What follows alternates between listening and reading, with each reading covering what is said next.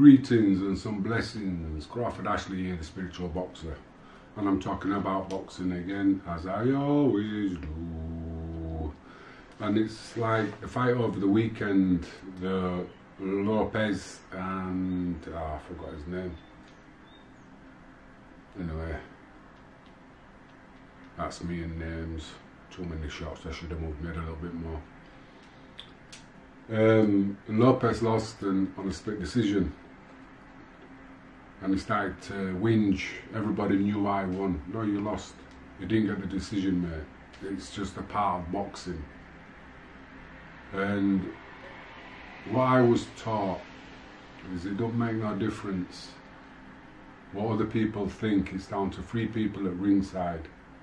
That's the only decision that matters. And you lost 2-1. You had 36 minutes to take out of everybody's hands. You can't argue and you can't complain. And that's what I was taught. You know, I've had some bad decisions, but I ain't whinging about them, I ain't moaning about them. I remember being in Germany when I lost to Graziano Rodriguez. It's on YouTube somewhere, you check it out. And the guy came into the dressing room from the press and he asked me what I thought about the decision. And I said to him, what did you think to the fight? He said it was one of the best fights he'd seen. I said, well, that's all that matters there, isn't it? You're going to come and watch me again. You know, I'm not bothered about what other people think. If I thought I won the fight, I was happy with my performance and what I did. Nobody can take that away from you. You know, it's looking for other people's validation, which I think upsets a lot of people. Or I don't know what that word is. You know, they don't. It's like I'm listening to AJ, Anthony Joshua, looking for respect. You know what I mean? You can't expect people to respect you. There's going to be people out there who will never respect you no matter whatever you do. And if you're looking for people's respect, then, you know what I mean, I don't know, I don't understand why you need somebody to respect you. You know, there's a lot of people out there I don't respect. I've got no time for it. I won't entertain, no matter what they do. And it's just like a lot of people don't respect me. No matter what I do, they've got no respect. I ain't got a problem with that. I really haven't. I respect myself and that's all that matters. You know, I carry myself the way I want to carry myself, not the way other people expect me to carry myself. And I like who I am.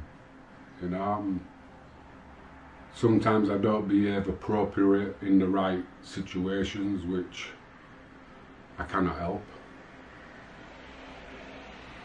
It's a bit like Tourette's, you know, when you're a kid and you've been told to behave. What is behaving? I don't get that. You know, you better be good. But what's good and what's behaving? Is behaving doing exactly what you're told? I don't get it. You know, I can't do what I want to do. I'm not harming anybody. I'm not hurting nobody. You know, if you don't respect that, then that's tough. Because I'm not going to change. I like who I am. And I think that's one of the things about if you're looking for respect, start with yourself. You know what I mean? Start to treat yourself well. You know? Anyway, that went kind of like a sidetrack off boxing, but it's still all a part of boxing. It's all that mental game that a lot of people overlook when you're training or you're starting to train to box. All these emotions and all these feelings, they're like conflict within you. It's a weird thing, but it's what you've got to work through. It's like, especially when you're coming up to fight week and you've prepared and now you've eased off your training, you can't get any fitter. You know what I mean? There's no techniques you can work on now that's going to help you in the fight. You've only got 3 or 4 days to go. This is when the mind kicks in, and this is when the mind starts to play games with you. Questioning yourself, have you done enough work? Have you put it in? Has he been training? Is he this? Is he that? What's he like? Am I going to perform? Am I going to do? All these voices going in your head. And like I've said to people a lot, the hardest thing about boxing is knowing you're going to box. And the closer it gets, you start getting butterflies, get these feelings, and your thoughts. I think it's great anyway, but it's like I said, these are all these journeys into yourself and figuring out who you actually are. Because your mouth can run off, man. Your mouth can get you into trouble.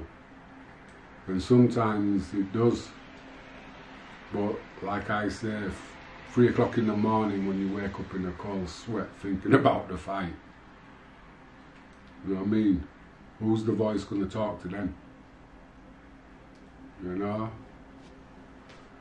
And that's what I like about it. Because it's not just the physical aspect of getting into the ring, it's the mental aspect as well. You know, at any moment, at any time, you can say, no, you don't want to fight. You can turn around and walk away, you can get out of the ring. Don't make no difference.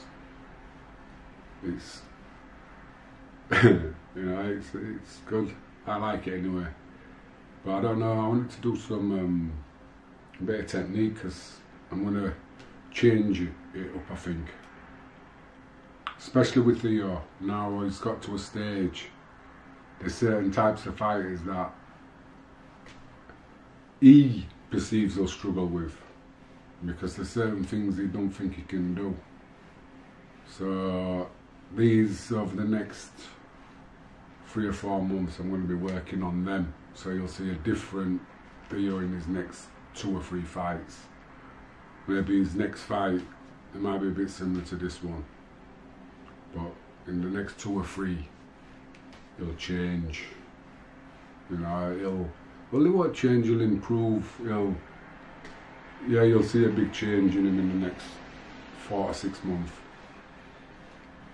Because of what we're going to be working on.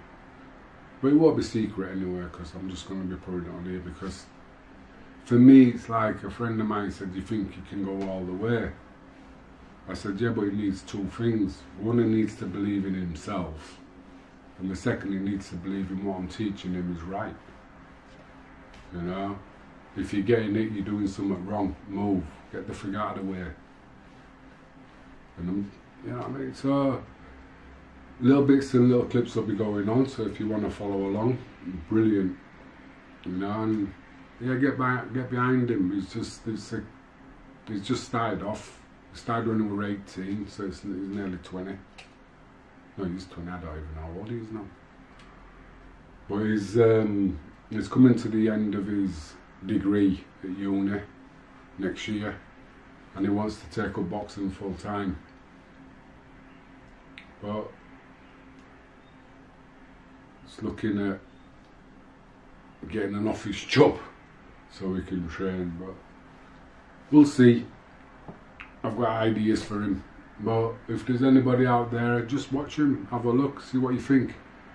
You know, we could do with the support, as you know. It's all about selling tickets now, and like he keeps asking me to get him harder and harder fights, but how can I? He's had 3 fights. One kid had 12 years experience on him in his first fight. The next kid had boxed before and then took a break and then came back. And he'd, you know what I mean, beat him. And then the last kid had, I think, 8 or 9 fights, Muay Thai and MMA and that. It was a rugged, tough kid. Give him a stone away in weight. You know, it's the trials and tribulations of how do you bring somebody along without pushing them too quick. And it's a very difficult job, but like I was saying to a friend, this is the start, it's the journey.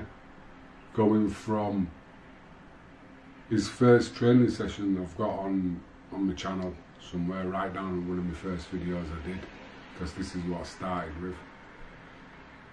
And I think once he turns pro, we'll get to become a world champion. So to watch somebody going from no fight to a world championship, I mean, what a journey that is. And to say he followed him from the beginning and watched how he progressed, you know, it's a good thing. Anyway, if you like this, let me know, because I don't know if I'm wasting my time and talking to nobody, but then again, I talk to myself a lot, so need good advice. Anyway, if you like the vibe, please subscribe, and if you think it's of value to anybody, share it. Just my thoughts on the sport I love, and the life I tread. Anyway, bye.